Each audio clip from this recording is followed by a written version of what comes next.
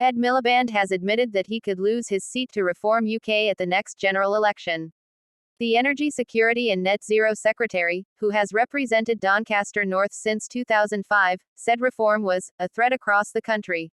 Asked on the Rest is Politics podcast whether he worried about keeping his seat, Mr. Miliband said, "Look, I think Reform are a threat, yeah.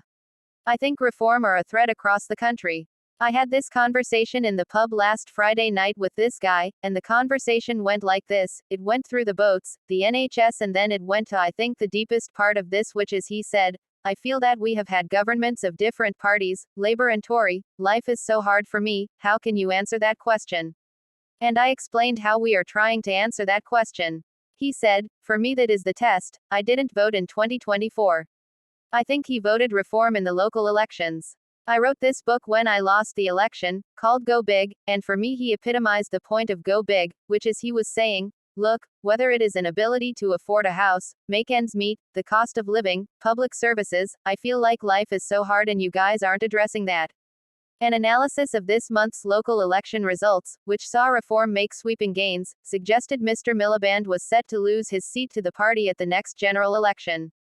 Electoral Calculus analyzed the results from each of the hundreds of wards and used the results to predict what would happen in each of the 145 Westminster constituencies where a vote was held.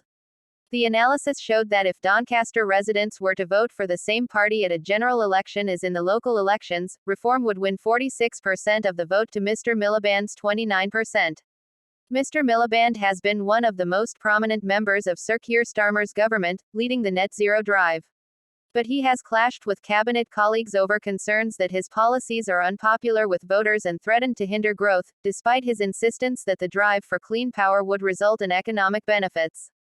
His position was undermined after Labour watered down a series of net zero policies and backed a third runway at Heathrow Airport. Mr. Miliband's comments about his seat come after the Prime Minister declared Reform to be Labour's main opposition. On Thursday, Sir Keir gave a speech in the northwest of England solely focused on the party and its leader, Nigel Farage.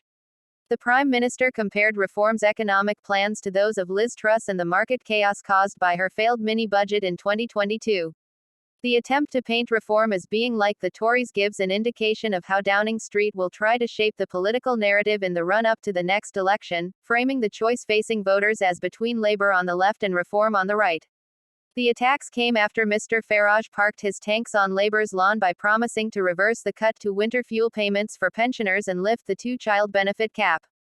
Responding to the Prime Minister's speech, Mr. Farage said Sir Keir was resorting to dirty tricks, and labelled his approach, Project Fear 2.0 inches a reference to the Remain campaign during the 2016 Brexit referendum.